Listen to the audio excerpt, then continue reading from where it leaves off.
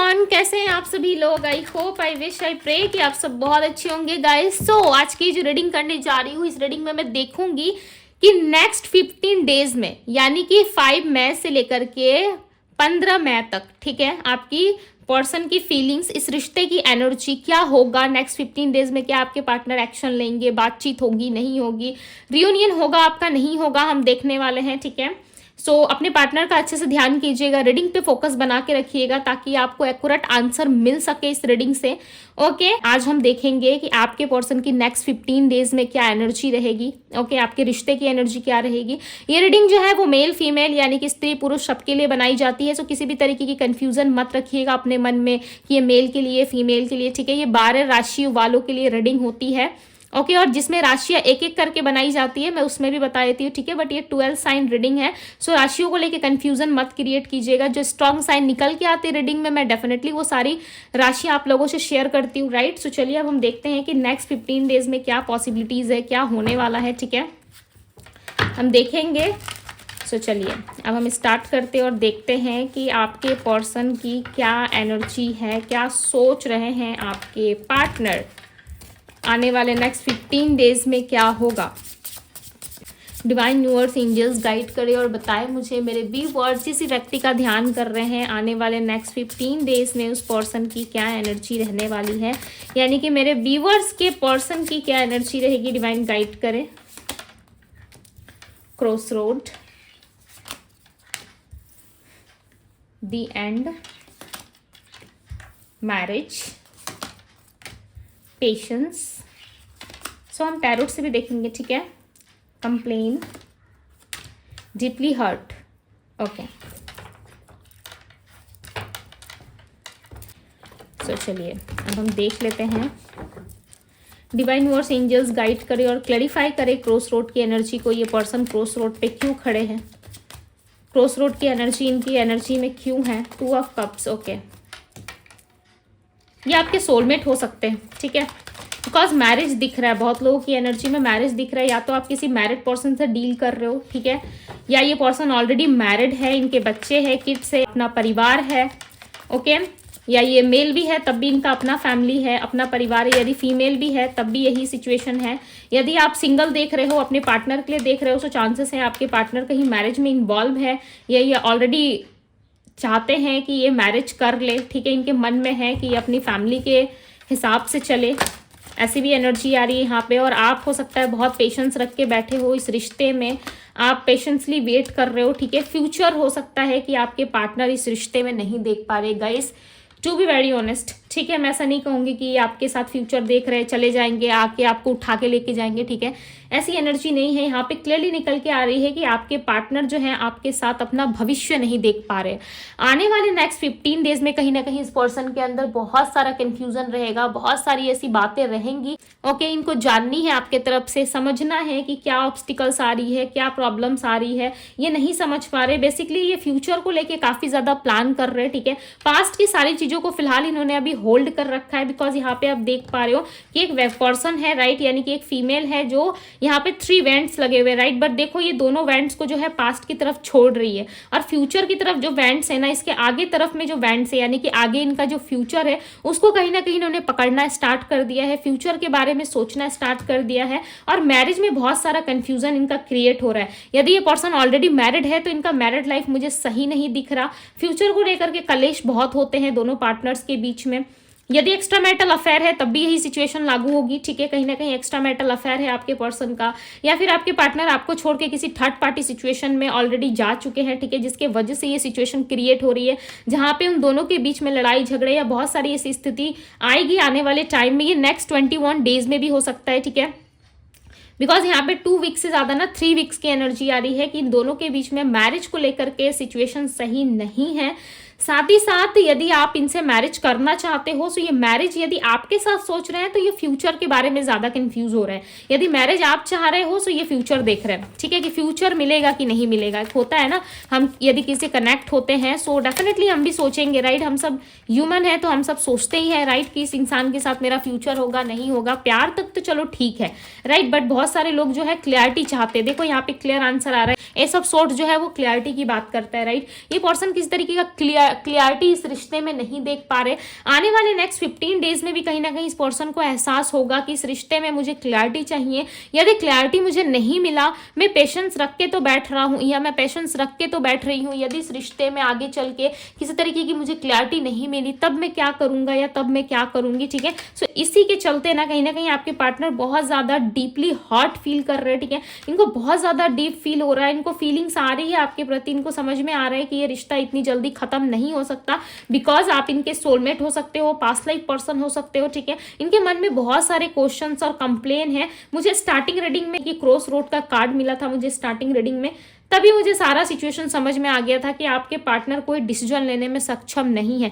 ये व्यक्ति किसी भी तरीके का डिसीजन नहीं बना पा रहे हैं। ठीक है, डिसीजन नहीं बना पा रहे। डिसीजन ना बनाने के पीछे क्या कारण है, रीजन क्या है? कोई एक इंसान आपके रिश्ते में इन्वॉल्व है, चाहे आप मैरिड हो, अनमैरिड देख रहे हो, सिंगल हो, कपल हो, किसी भी तरीके से। अभी हो सकता है कि नो कॉन्टेक्ट में जाने के बाद, ब्रेकअप होने के बाद आप सिंगल हो चुके हो। ठीक है, आप बातचीत में ज्यादा नहीं हो, आपके पार्टनर के साथ ज्यादा आपका अटैचमेंट या कॉन्टेक्ट नहीं हो पा रहा है, नो कॉन्टेक्ट वाली स्थिति बनी हुई है, तब भी मैं कहूंगी कि यस, आप दोनों के लव लाइफ में कोई पर्सन इन्वॉल्व कर रहा है। ठीक है, किसी पर्सन की स्ट्रॉन्ग किसी स्त्री की इन्वॉल्वमेंट है, बिकॉज यहाँ पे किसी स्त्री की वजह से आपके पार्टनर ने आपसे मुंह मोड़ा हुआ है। ठीक है, और कहीं ना कहीं ये आप में इंटरेस्टेड बहुत है, बट ऐसा दिखा रहे हैं I am not interested.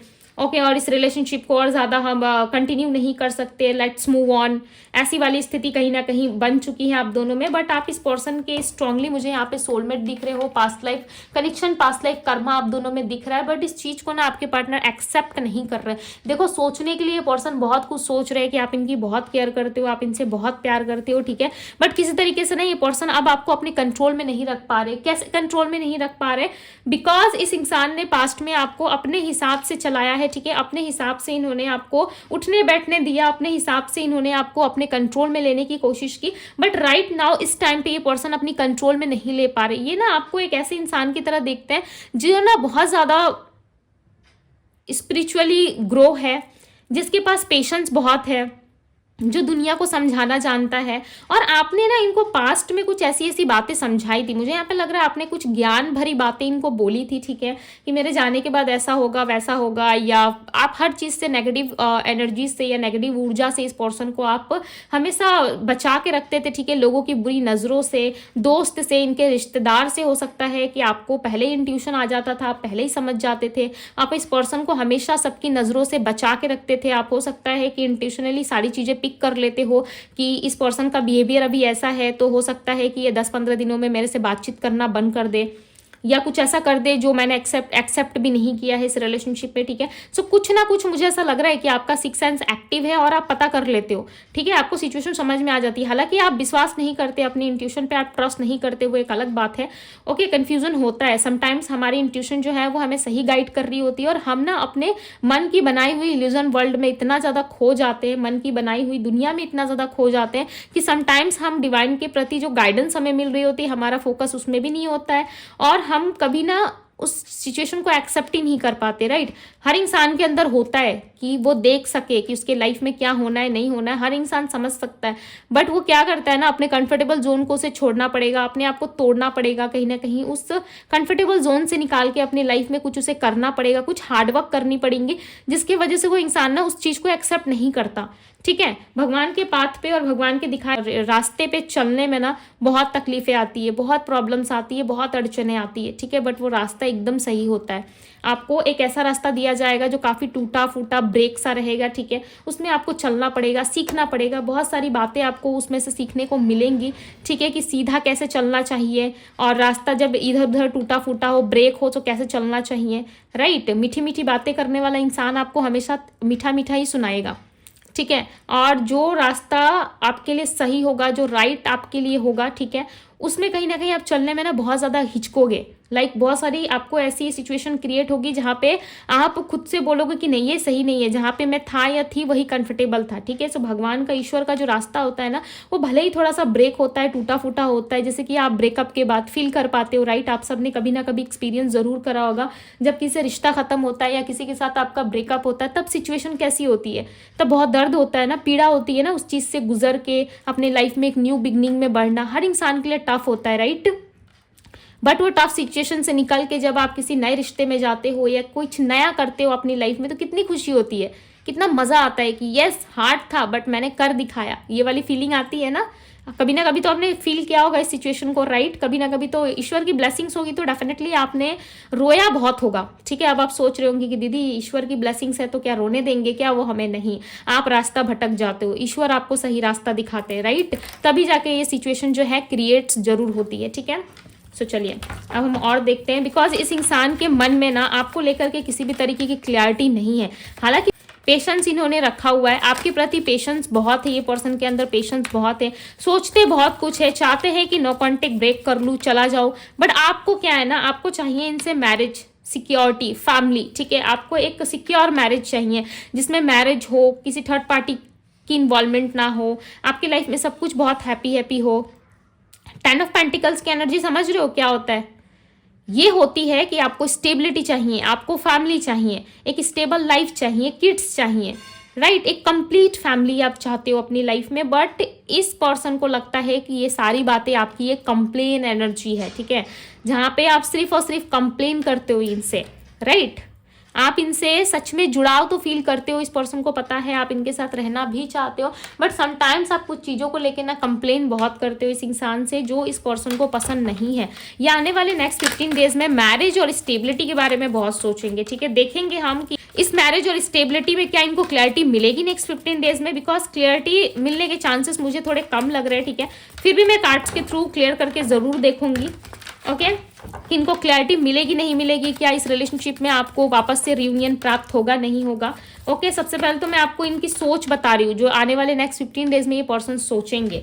Okay, cancer, Scorpio, Pisces, Aries, Leo, Sagittarius, Virgo, Taurus, Capricorn आपके पर्सन की आपकी राशि हो सकती है। नंबर 3, नंबर 2 या नंबर 9 या नंबर 7 के ये व्यक्ति हो सकते हैं, या इन नंबर्स में हो सकता है कि इनका बर्थ हुआ हो, ठीक है, जन्म हुआ हो, इनका बर्थ नंबर हो सकते हैं इनके।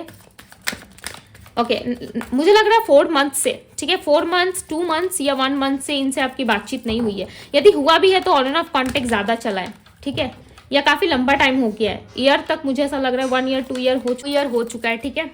इस पर्सन से आपकी ज़्यादा बातचीत नहीं हुई है। डीपली हर्ट की एनर्जी को क्लैरिफाई करे डिवाइन। ये हर्ट तो हो रहा है, देखो ये बात तो भाई सत्य है, ठीक है, ये हर्ट तो हो रहा है जब से आपसे दूर। देखो 9 ऑफ सोर्ड्स, द डेथ का कार्ड है, मैंने क्या कहा, ये बात सत्य है कि आपके पार्टनर हर्ट हो रहे हैं, अंदर ही अंदर बहुत ज्यादा हर्ट फील कर रहे हैं, काम में खुद को लगाने की कोशिश कर रहे हैं, काम पे खुद का फोकस बढ़ाने की कोशिश कर रहे हैं। विद 8 ऑफ पेंटिकल्स बहुत ज्यादा हार्ड वर्क दिख रहा है इनकी एनर्जी में। ऐसा लग रहा है नेक्स्ट 15 डेज में ये फील करेंगे कि यस मुझे ज्यादा काम करना चाहिए, मुझे ज्यादा से ज्यादा काम ले लेना चाहिए ताकि मैं काम कर लूँ, मैं खुद को काम में इन्वॉल्व कर लूँ। और ये पर्सन देखो ज़्यादा ना बैठ के 24/7 या मॉर्निंग के टाइम पे जब फ्रेश स्टार्ट होता है हमारा, ठीक है, उस टाइम पे या कभी अचानक से इस पर्सन को ना आपकी जब याद आती है ना, लिटरली ये पर्सन रोते हैं। जिस टाइम पे याद आती है ना, ये तय है कि ये पर्सन रो देते हैं, ठीक है, आपके लिए बहुत ज़्यादा उदासी फील करते हैं। यस, ये बहुत ज़्यादा उदास हो जाते हैं, सैड हो जाते हैं, ठीक है, जब आपकी याद इनको आती है।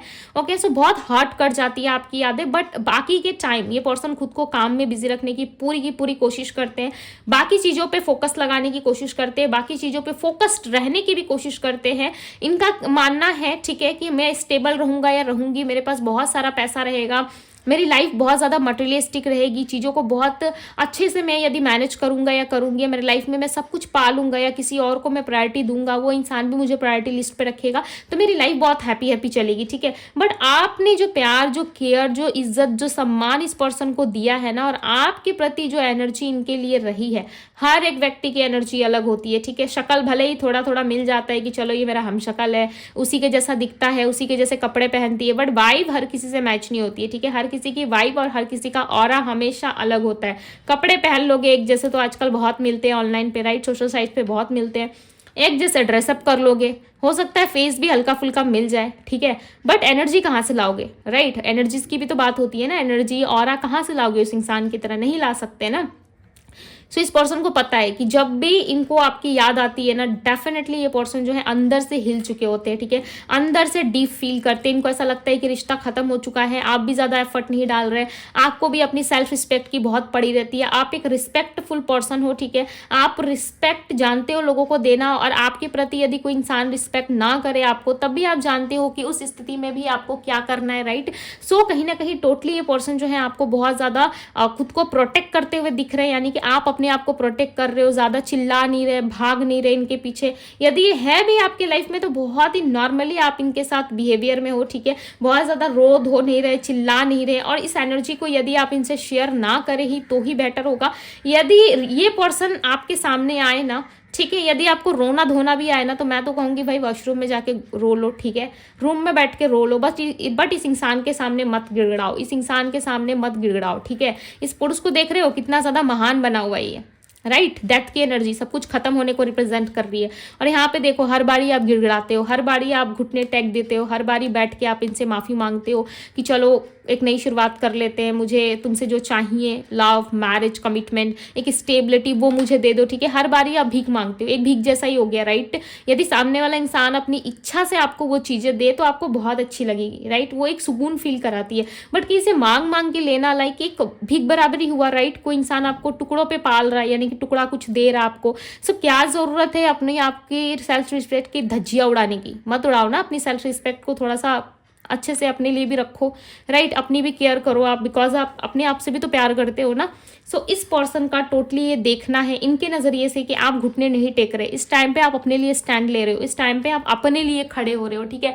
किसी और को ज़्यादा प्रायोरिटी लिस्ट पे रखने से अच्छा आप अपने आप को चुन रहे हो। और ये एनर्जी ना यदि बरकरार रही आपकी, सो डेफिनेटली आने वाले नेक्स्ट 15 डेज के अंदर इस इंसान से आपका या तो रियूनियन हो जाएगा, या फिर इस पर्सन के साथ आप इस रिलेशनशिप में किसी क्लैरिटी तक ज़रूर पहुँच जाओगे, ठीक है। इस रिलेशनशिप में या तो हाँ या तो पूरी तरीके से आपको क्लैरिटी पता चल जाएगी, ओके। इस इंसान की एनर्जी जो है वो काफ़ी हर्ट वाली है, इनको हर्ट हो रहा है भाई, आप इनके पीछे पीछे नहीं भाग रहे, पीछे पीछे आप रन नहीं कर रहे, आपने खुद को चूज कर लिया है, कहीं ना कहीं आप शांत हो गए हो, ईश्वर के प्रति उनका डिसीजन का वेट कर रहे हो कि एक ना एक समय ज़रूर ऐसा समय आएगा जहाँ पे ईश्वर अपना डिसीजन सुनाएंगे, ठीक है। उस दिन का आपको बहुत ज़्यादा इंतजार है, आपने बहुत हाथ पैर मारे इस इंसान के लिए, बहुत ज़्यादा आपने हाथ पैर मारा है। देखो क्वीन ऑफ कप्स, इमोशंस कितना है, लव कितना है, फीलिंग्स कितना है, देखो इस इंसान के अंदर। बट ये क्या कर रहे हैं? स्टॉप है, रुके हुए, ठीक है, मूवमेंट नहीं दिख रहा, स्टॉप है बिल्कुल भी। आपके पार्टनर किसी तरीके की मूवमेंट वाली एनर्जी में नहीं है, ऐसा नहीं लग रहा है कि ये पर्सन मूव कर रहे हैं, आपकी तरफ बढ़ रहे हैं, ये अपने आप को चूज कर रहे हैं, ठीक है। कहीं ना कहीं फ्यूचर को लेके बहुत ज्यादा ये पर्सन ऑब्सेस्ड हो रहे हैं, और आने वाले दिनों में कहीं ना कहीं इनके अंदर इमोशंस, लव, फीलिंग्स बहुत रहेगी। जब इस रीडिंग को आप देख रहे हो ना, वहां से 1 वीक के अंदर ना इस इंसान के अंदर इतना ज्यादा इमोशंस रहेगा, इतनी फीलिंग्स रहेंगी, बट ये पर्सन क्या करेंगे, उस फीलिंग्स को, उस इमोशंस को अपने हाथ में से होल्ड करने की कोशिश करेंगे कि नहीं, मुझे नहीं जाना, उस इंसान को नहीं दिखाना है कि मैं उसके प्रति कितना ज़्यादा ईमानदार हूँ, या मैं उसके प्रति कितना ज़्यादा लव फील करता हूँ या करती हूँ। ये एनर्जी सामने वाले को नहीं दिखानी है, ठीक है। कहीं ना कहीं पर्सन खुद को होल्ड बैक जरूर करेंगे, अपने आप से प्रोटेक्ट करने की कोशिश करेंगे, ठीक है। बट चाहेंगे तीर जो है वो सीधे निशाने पे लग जाए, ये कोशिश जरूर करेंगे कि आपको रियलाइज हो जाए और आप आ जाओ। पता नहीं, मुझे ऐसा लग रहा है बहुत सारे लोग यहाँ पे जजमेंट आने वाला है, ठीक है, ईश्वर की तरफ से जजमेंट आने वाला है, किस तरीके की क्लैरिटी आपको मिल जाएगी। ये पर्सन स्ट्रांगली आपके सोलमेट है, तभी इतना कुछ होने के बाद भी ना आप इस इंसान को भुला नहीं पा रहे हो, ओके। बस मुझे बताएं कि नेक्स्ट 15 डेज में मेरे व्यूवर्स का रियूनियन होगा उनके पार्टनर के साथ। 9 ऑफ कप्स, विश पूरी हो सकती है यदि आप मैनिफेस्ट कर रहे हो, यदि लंबे टाइम से चाहते हो कि आपकी मैनिफेस्टेशन पूरी हो जाए, या कुछ, देखो मैंने क्या कहा, बहुत सारे लोगों को जजमेंट मिलने वाला है। देखो कार्ड्स आने के पहले ना फील हो जाता है, ठीक है, कि क्या होगा या नहीं होगा। मैंने आपको जस्ट अभी कहा कि किसी को जजमेंट मिलने वाला है इस रिश्ते में। देखो यहाँ पे 9 ऑफ कप्स, द जस्टिस का कार्ड आई गया, राइट। सो बहुत सारे लोगों के लिए, मिनिमम नहीं मैक्सिमम लोगों के लिए मुझे ऐसा लग रहा है कि आपके लाइफ में कहीं ना कहीं आपको इस रिश्ते में जस्टिस जरूर मिलेगा और आपकी कोई विश पूरी हो जाएगी। यदि किसी तरीके की लीगल एक्टिविटी चल रही थी आपके पार्टनर के लाइफ में, तो चांसेस है वहां से कोई लीगल एक्टिविटी खत्म हो सकती है। और ये लीगल एक्टिविटी यदि आपकी तरफ से चल रहा था, आप दोनों हस्बैंड वाइफ के बीच में चल रहा था, तो चांसेस है कि ये फैसला आपके फेवर में आए, ठीक है, बिकॉज जस्टिस का कार्ड आपकी एनर्जी को कनेक्ट कर रहा है, राइट। तो ये जस्टिस आपके लिए आ रहा है। यदि किस तरीके की प्रॉपर्टी रिलेटेड या कुछ में यदि आपने फेलियर का सामना करा है, यदि आपको लगा है कि नहीं ये चीज गलत हुई है, यूनिवर्स को इसे मुझे देना चाहिए, चाहिए था, या कोई पासपोर्ट, वीज़ा या कुछ भी चीज़ें आपकी क्लियर नहीं हो पा रही थी, सो डेफिनेटली इस टाइम पे क्लियर होंगी, ठीक है। यदि कोई रिजल्ट का वेट कर रहे थे तो चांसेस है आने वाले नेक्स्ट 15 डेज में वो रिजल्ट या कोई अनाउंसमेंट होंगी, ठीक है, जिसमें आपको सिचुएशन जो है आपकी फेवर में होंगी, ठीक है। कुछ ऐसा है आपकी लाइफ में जो आने वाला है, उसके बारे में आप बहुत चिंतित हो रहे हो सकता है आप शिफ्ट करना चाहते हो, आप कहीं जाना चाहते हो अपने करियर रिलेटेड, या किसी भी चीज़ में आपका विश था ना, जो भी आपकी विश थी, चाहे लव लाइफ हो, करियर लाइफ हो, स्टेबिलिटी हो, कुछ भी यदि आप चाहते थे अपनी लाइफ में, सो बहुत ही स्ट्रांग चांसेस हैं कि इसमें आपकी विश पूरी हो जाए, ठीक है। और इस रिश्ते में आपको जस्टिस मिल जाए, इस रिश्ते में या आपकी ऑल ओवर लाइफ में मुझे ऐसा लग रहा है कि आपको जस्टिस ज़रूर मिलेगा, बिकॉज इस टाइम पे न्याय कौन कर रहा है पता है, इस टाइम में जस्टिस कौन दे रहा है, यूनिवर्स दे रहे हैं, ठीक है। जब यूनिवर्स जस्टिस देते हैं ना तो फिर भाई कोई टिकता नहीं है, ठीक है। उनका जस्टिस जब होता है तो चांसेस हैं इस मैरिज में आपको सक्सेसफुल मैरिज आपकी बन जाए। यदि आप ऑलरेडी मैरिड हो सो डेफिनेटली आपका मैरिज लाइफ सक्सेसफुल होगा, ठीक है। यदि आप इस पर्सन से मैरिज करना चाहते हो तो भी चांसेस हैं कि ये आपकी विश पूरी हो जाए और आपको जस्टिस मिले। देखो यहाँ पे जस्टिस का कार्ड आ चुका है ऑलरेडी, ठीक है। अब आप चाहते हो कि एनर्जी आपके फेवर में काम करे, so yes, comment box open है, आप क्लेम कर सकते हो, ठीक है। बट आप पेशेंसली वेट कर रहे हो, मुझे ऐसा लग रहा है वेटिंग एनर्जी बहुत लोगों की मुझे पिक हो रही है कि बहुत सारे लोग सिर्फ वेट कर रहे हैं कि क्या होगा, क्या कब कांटेक्ट करेगा, कब बात करेगा या करेगी, ठीक है। सो बहुत सारे लोगों के लिए एक न्यू डोर ओपन होने जा रहा है, ओके। आप अपने अंदर ना एक जंग मत रखो, ठीक है। ये मैंने कार्ड आपके लिए गाइडेंस के लिए निकाला है। देखो 3 ऑफ पेंटिकल्स, मत सोचो थर्ड पार्टी के बारे में, मत सोचो आपकी थर्ड सिचुएशन क्या होगी, ये सोचना आपका काम नहीं है, ठीक है। ये सोचना आपका काम नहीं है। आप अपने हाथ में कहीं ना कहीं तलवार लेके खड़े हो भाई, सामने वाले के प्रति कि आएगा तो ऐसा सुनाऊंगी या सुनाऊंगा, ठीक है, ऐसा मेरा बिहेवियर रहेगा, या मैं पूछूंगा, या मैं ऐसा करूंगी, मैं वैसा करूंगी। सो ये सब चीज़ों का कोई पॉइंट नहीं होता है, ठीक है। आप अपने आप पे काम करो, आप टीम वर्क करो, आप अपने लाइफ में बिजी हो जाओ, ठीक है। ईश्वर का जस्टिस आप नहीं भी चाहोगे, भागते भी रहोगे ना मुझे जस्टिस नहीं चाहिए, मैं ये नहीं कर सकता, मैं नहीं कर सकती, तब भी होगा, ठीक है। बहुत सारे लोगों के लिए चांसेस हैं कि आपको कहीं से मैरिज प्रपोजल मिलने वाला, और उस मैरिज प्रपोजल में ना कहीं आप बहुत सारी कमियां निकालोगे, ठीक है। आपको सुन के थोड़ा अजीब लगेगा, बट यस, जो मैरिज प्रपोजल आपके करीब आ रहा है, आपको मिलने वाला है, उसमें कहीं ना कहीं बहुत सारी आपको कमियां दिखाई देगी कि अच्छा फील नहीं हो रहा है इस इंसान के साथ, या वाइब मैच नहीं हो रही है, या इसका लुक मुझे पसंद नहीं आ रहा, या इसके घर वाले ठीक नहीं लग रहे, जच नहीं रहे, या तो कुछ तो ऐसा होगा जिसमें रिश्ते में ना आप बहुत सारी कमियां ढूंढने की कोशिश करोगे, बट वो रिश्ता जो है आपको अट्रैक्ट जरूर करेगा, ठीक है। जो भी मैरिज प्रपोजल यदि आप मैरिज के लिए देख रहे हो सो डेफिनेटली कोई ना कोई न्यू अपॉर्चुनिटी आपकी तरफ मिलेगी,